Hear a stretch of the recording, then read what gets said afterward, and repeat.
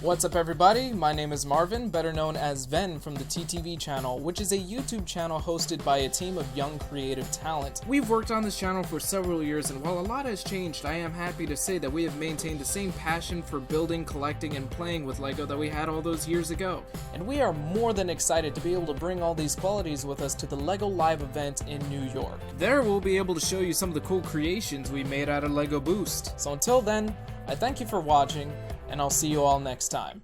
Alright, so today on Brainstorm, we're going to be talking about more script stuff, finally. Return to script stuff. We haven't talked about, like, the story in a good few episodes, it seems. Good while. So, it's good to finally get back into that topic. Last week, we had a fan submission from someone on the boards who wrote their own script for episode 3. And at the time, we decided not to talk about it because, well, most of us hadn't read it yet. So we wanted to make sure we all read it so we could give it the proper attention and then come up with some other things ourselves and all that kind of good stuff. So, without further ado, let's delve into this. This was Season 1, Episode 3 script, The Totem, submitted by board user Kaituhi. I like it. That's how I think it's pretty neat. So this script chronicles the adventures of the Toa after they all meet up and they kind of converse amongst one another. There's some like nice little banter between them all. They decide to split up to search for clues because that always works. In this instance, clues being pieces of the mask of time. And we mostly follow Liwa, Anua, and Tahu on their kind of journey for the thing. They're going towards the archives of Tiro. And they run into some trouble when Lerahk shows up. Okay, so sorry about the technical difficulties, guys. Stream decided to, like, screw up on us. Anyway, we're back now. So back to recounting the script. Because apparently that's where we left off. Essentially, the script is we're following the Toa. They all meet up. They have some banter. Then they split up to go search for the Mask of Time. We follow Liwa, Tahu, and Anua as they travel to the archives in Tiro to retrieve a Mask of Time there, search for more information because the archive has a ton of cool information. On the way, they're attacked by Lerahk, and they manage to defeat Lerahk momentarily, and the script ends. So that's essentially your recap there. If you guys are interested in reading that, we'll have it linked in the description for you. Anyway, so let's talk about what we liked about the script. Then we'll get into some of the things we'd change, because I know there's definitely some things that I would change, and I know, John, you would change some things too. So probably, yeah. I would change some things, maybe. I would change your... I can only remember one thing I would change. Anyway, things we liked. Things that we liked. I liked the character interaction, mostly. I like the fact that they split up the characters. A few lines are strange, but how they divided them, yeah. It's cool. The way that there are a couple lines that I would, just like in terms of like rewording or just some context stuff they shouldn't like. Oh, sorry. You're right. I like that they split the characters up into the pair, or like they had character interactions that would later on become the pairs they split up into, kind of building that interaction. I like the pacing of this episode, although it is a very dialogue-heavy episode. There are some good physical comedy moments, and like just stuff that goes on that makes it still interesting to watch. Like there was one part where like Pohatu is like holding a frozen archaeologist or something, and he's talking, and he just like pauses and is like, "Hey, hold this," and he just like hands her to Anua and then keeps talking. I like that scene too. Pohatu also keeps knocking the archaeologist over too early on in the script. I thought that was really funny. Then he just like leans her against something. Poor Harvali. Poor Harvali.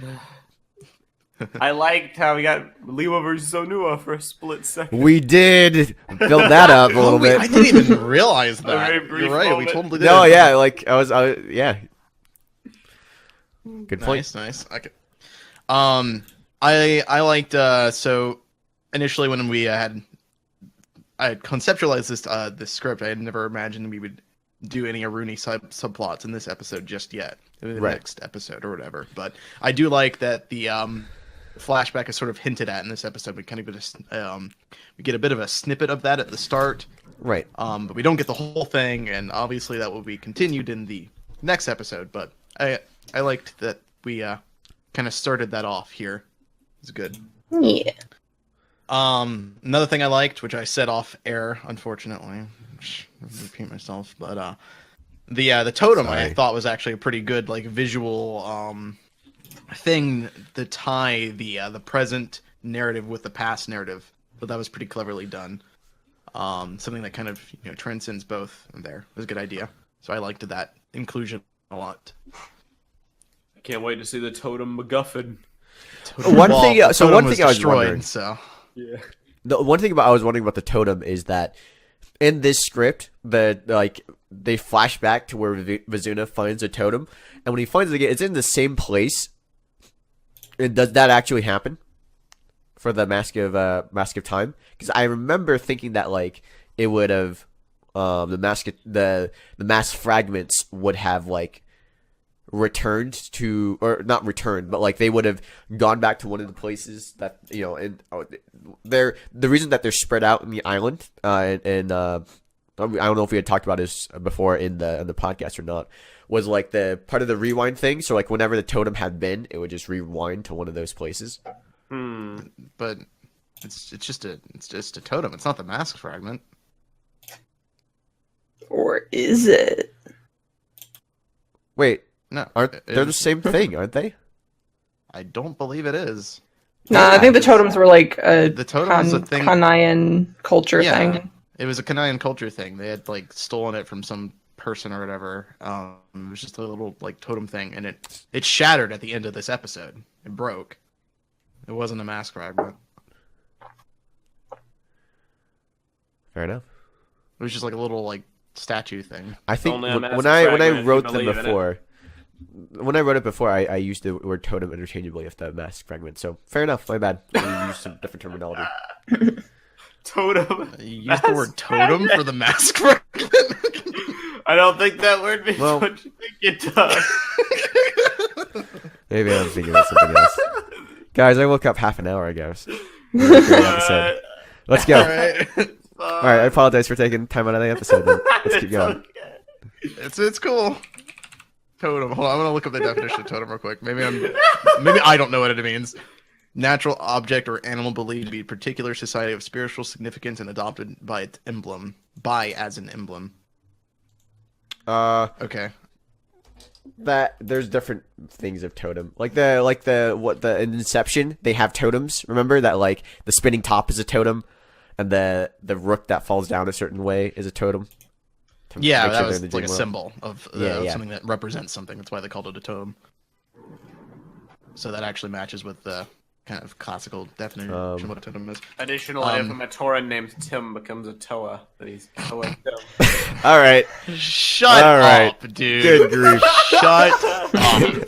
Are you just serious right Never now? forget Toa Tim. No, yeah, he was a Toa Stephen Jake, right? He's one of those guys. That's what I thought like was being described. It's like that, but Yeah. small, like a tiny little like handheld let me- one. But Yeah. it's like Like the a one little from Brother carving. Bear. Yeah. It's like a little carving or like a little like a just kind of statue thing, but tiny. Oh, those are giant statues though. That's a different type of totem. There's some totems that are like Well, small. I that you know carry. that's giant. That's a giant. What I'm saying is I imagined that, but smaller. Like that. Yeah, exactly, like that. Like a little carving, a little statue. Yeah, okay, figure. all right, you're right. Oh, hold up. Like Lego construction totems. Yeah, just like a little like kind of keepsake from Kanai that they had. They just kind of stole from someone. That they stole from someone. That's fair. Okay, and that actually ties into the thing. I must have been confused while reading that. I apologize. All right. Anyway, but at the end of the episode it shattered, so it doesn't really matter. But yeah, so I like the totem and its inclusion, and I kind of like how it was narratively used to tie the past and present together. I thought it was a clever idea. So Okay. Yeah. anything else we really liked about it? I think overall I like the structure of it. from same. like going from the past and back to the present, where the Toa are kind of there together, and then they split off. Basically, what we had intended to do. Yeah. Yeah. So I think there was one thing. Well, we haven't gotten into what we would change yet. Never mind. But Oh, I mean, if we don't have anything else to say, you can. Yeah, we can start that. Go for it. Perfect. okay. I can't remember specifically when it happens, like if it happens before commercial break or not. But there is one part where it's like focusing on Tahu and Onua and Liwa and all that, and then it cuts to Gali and Pohatu or whatever, and they're like looking out at the forest, wondering if everything's okay, and then it immediately goes back to Onua and all them.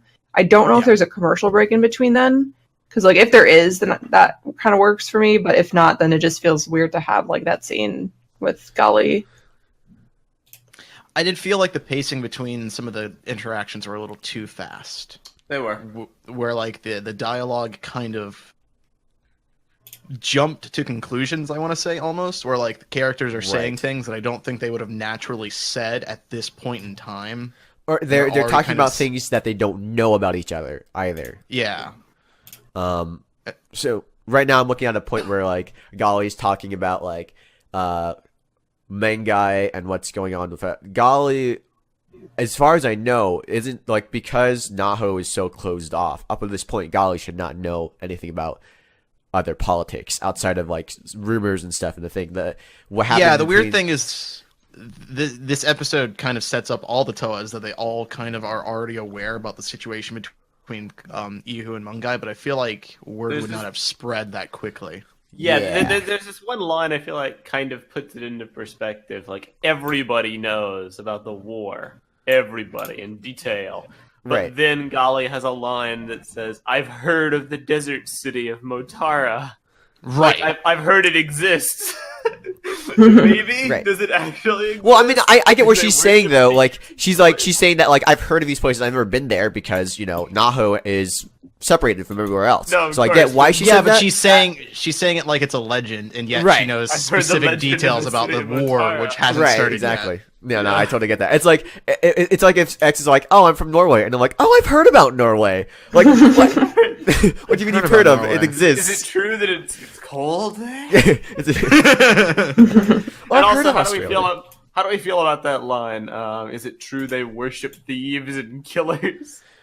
That might be a little too extreme. Yeah, okay. I think that's fine because It's fine. well, here's why. I like Here's my that one. reasoning why. Naho is a place where worship is a very big part of their culture. So for Gali, when she when she hears that things are important in Motara, she's like, obviously they must worship them because that's where the culture she comes from. Everyone worships something. They must worship thieves and killers. My change would not be to Gali's line. It would be to Pohatu's when he's like, Pohatu's kind of like, yeah, kind of. I think Pohatu would be like, well, that's a little far. I wouldn't say worship, but like something along those lines where he's like, maybe not like worship, but I mean, it is a lawless place, something like that. I don't write that down. That sounded terrible. I'm just have that sentiment. Yeah. Write it better. I mean, I did feel like the dialogue, while it is kind of conveying the right beats, I do feel like it's a little clunky in a lot of places. Right.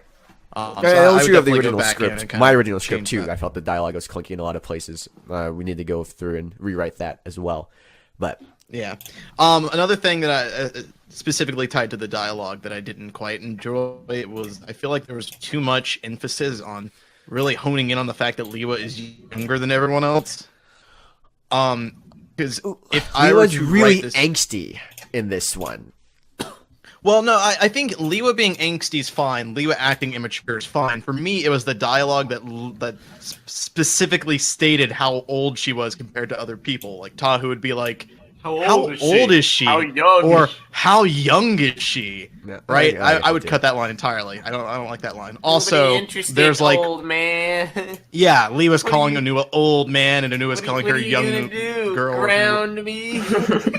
Yeah, exactly. Ground me. The dialogue like that was a bit too heavy-handed. I felt like I get that. Kind of we get the idea that she's young, and I think that we should be showing that she's young through her actions as being sort of reckless and immature, not so much that she's saying things that would imply she's young. I could see like she on could be behalf of grounded. I totally get that. I would say on behalf of Tahu, he could have a line where he's like, Like he's like she's just a kid, or she's like he's like kind of like this. Everyone he's dismissing her or anything like that's when he brings it up. Yeah, dismissive. Call her kid. That's fine.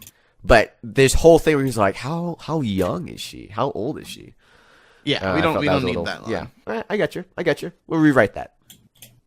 Right. Most of this dialogue was admittedly like I was like this is pretty good. This is pretty serviceable. But then there's other parts that are a lot clunkier. Or my big thing here is that characters know a lot of stuff that they shouldn't know about the other characters. And it's very clearly like he's trying to work in stuff from the story Bible, which I appreciate, and I'm glad he paid a lot of attention to that.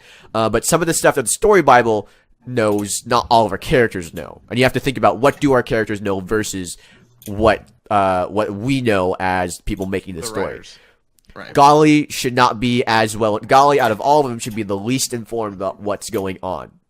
She is the Nahoans are culturally keep to themselves. They might have heard of things going on, possibly, and maybe some conflicts. Like she might know that the Ice and Fire kingdoms don't like each other.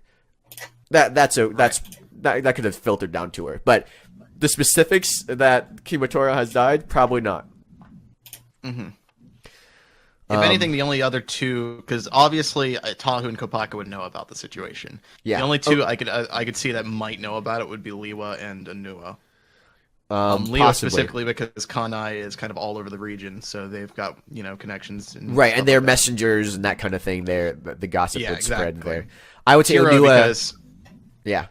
Tiro, I would say just because they're really knowledgeable about things, they probably like to retain information and stuff, so they could probably, and they're also right next to Kanai as well. Onua would be the most informed about everything going on politically, I feel. Like in terms of like he would be in the know about most things going on. It seems like something it's something like someone his age kind of focuses on. Like think of how many of your parents are like know about politics or they follow politics in that sense, and kids are just kind of like we don't care.